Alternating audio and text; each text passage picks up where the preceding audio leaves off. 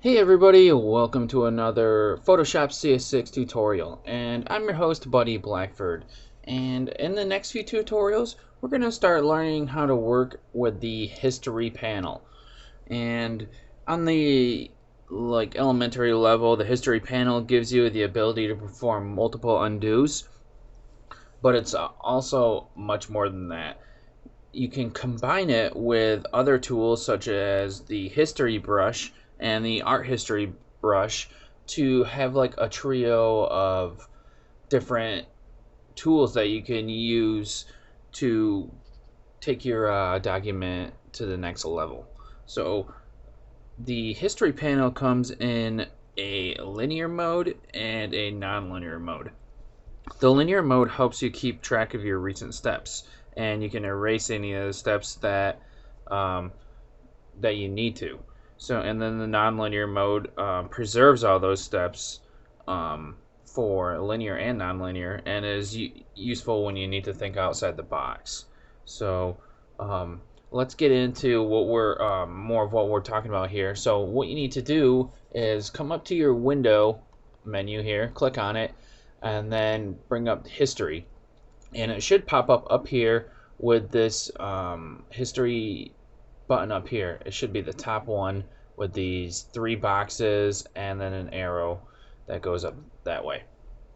Now you can see that I have done a few things to this image here, and this is everything that's in my document that is being recorded by the history. Let me make it a little bigger so we can see more of what we're doing.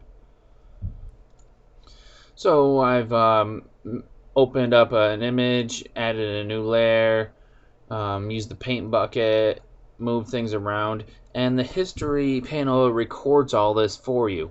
Now some things that are not recorded by the history panel, so everything's not recorded by it.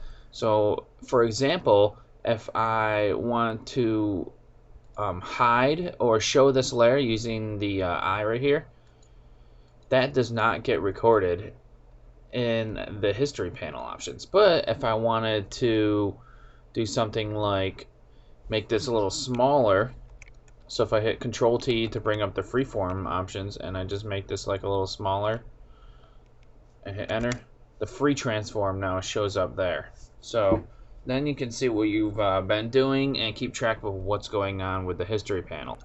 Working with the history panel requires a firm understanding of how the panel functions and what you can or cannot do with the history. So we're going to go over each part to make sure that we know it through and through and we can use it professionally, and it's not just a tool that you just use to fix your undos. So let's start out by looking at the options. Now I probably went over the options in one of the first tutorials that I made where we went over the different preferences. So there's the options in the preferences, and then there's options for the history options. So I'll go into the preferences now. So let's go to edit, then let's come down to preferences, then let's come down to performance. And this is where some of your history options are. We've got it right here under the history and cache. So you can optimize this the different way. Here's the different amount of steps that the history saves, and I've got mine set to 20. You can jack that way up if you want, and that's pretty much it for the history. Most of the other stuff is for the cache. So these buttons here are about the size of your document. If you have a tall and thin document, here's a regular one, and I just use pretty much default every time, unless I'm working on like something really huge, then I use big and flat. But I almost never work on tall and thin unless I'm working like on a web banner or something. So let's hit OK. And now I want to show you the history options that you can set. So come into your history panel and go to the history options here, right here, that I have my mouse on. Click on it, and we've got a few options that I'll go over really quick with you. So we've got automatically create first snapshot, and that creates a snapshot or an image when the document first opens. And automatically create new snapshot when saving, and that creates a snapshot every time you save the document.